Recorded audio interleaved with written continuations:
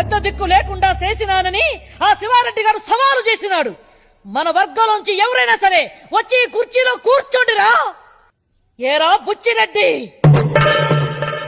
ఆలోచిస్తావేందిరా వెంకట్రెడ్డి? ఏరా, ఈ సీమ కోసం, మీ సంతోషం కోసం నా తాత, నా తండ్రి, నా భర్త, నా ఇద్దరు బిడ్డలు ప్రాణాలు వదిలినారా. ఈ పొద్దు ఈ కుర్చీలో కూర్చోడానికి ఒక్క మగోడు లేడా?